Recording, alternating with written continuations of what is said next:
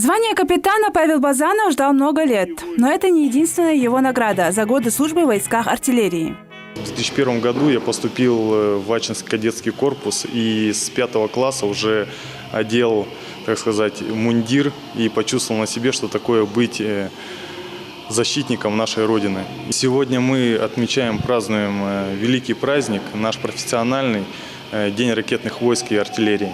Этот праздник как бы говорит о многом, о роли артиллерии в наших войсках. И также сегодня меня наградили присвоили очередное воинское звание капитан, к чему давно я стремился. Но это маленькая победа в моей дальнейшей карьере, я считаю.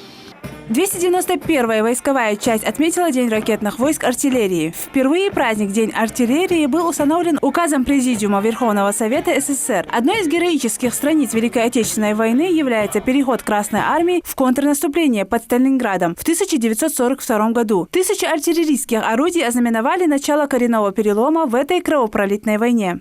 Сегодня мы остались верны своим традициям.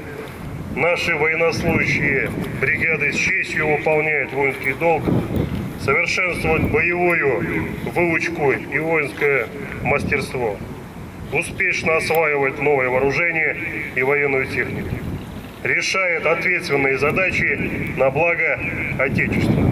На территории войсковой части Троицкой прошел митинг, посвященный памятной дате. От имени главы Ингушетии военнослужащих 291-й артиллерийской бригады поздравил Исрапил Латыров.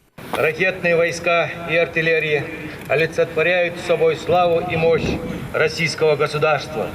Они играют важную роль в обороне нашей страны, вносят неоценимый вклад в обеспечение безопасности и национальных интересов государства.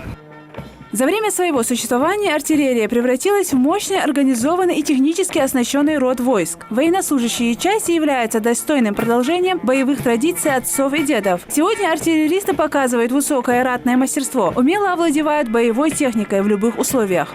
Подобных результатов мы добиваемся уже несколько лет подряд. Нам очень приятно, мы очень горды своими заслугами. И мне, как заместителю командира по военно-политической работе, особо приятно понимать, что наши военнослужащие выполняют свой воинский долг образцово. И именно это оценено на всех ступенях власти. В этот день поздравляем ветеранов, отмечаем самых лучших, достойных. Эта традиция уже продолжается 75 лет. Нет такой другой бригады, как наша 291-я бригада по своей мощи, по своей обученности. Ну и в последующем мы это всегда будем на славной ингушской земле доказывать своей работой. Далее прошло награждение отличившихся военнослужащих. Коридор Воробьев, положен приказ.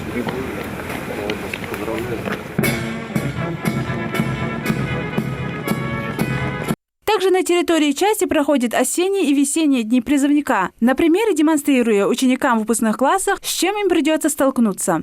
У нас очень хорошие сложились отношения с командованием, поэтому мероприятия, которые и показ техники, и демонстрация стрелкового оружия, даже вплоть до того, что здесь мы организовываем стрельбы стрелкового оружия учащихся 9, 10, 11 классов. В мероприятии приняли участие юноармейцы, а кто-то сегодня впервые вступает в эти ряды. Новобранцами стали ученики младших классов, которые приняли присягу. Несмотря на свой возраст, каждый из этих детей мечтал оказаться на месте своих сверстников. Я сегодня вступаю в ряды юной армии. Мне очень нравится, я видела по телевизору, как там ребята проходят всякие сложные испытания. Мне понравилось. Я все свое время уделю, чтобы защищать Россию от всяких бед. Я буду ее защищать, потому что это моя родина. В мероприятии приняли участие солисты Сунжинского районного дома культуры.